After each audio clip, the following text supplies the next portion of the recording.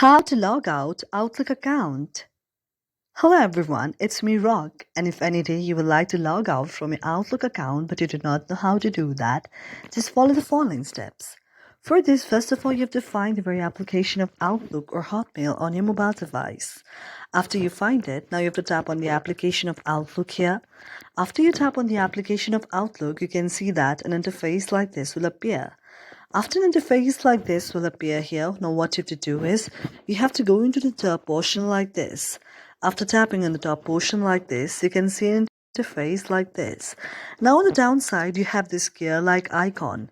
You have to tap on the gear-like icon, and after tapping on the gear-like icon, you can see an interface like this. Now, after you see an interface like this, what you have to do is, in order to just come out from any of the account of your very Outlook, you have to tap on it like this, and then tap on the option of remove account. After you tap on the option of remove account, that very account will be logged out from your very login or the very Outlook account there. Therefore, you have to tap on the option of remove account and you'll be logged out automatically. Thank you for watching our video, and if you really like it, do not forget to subscribe our channel.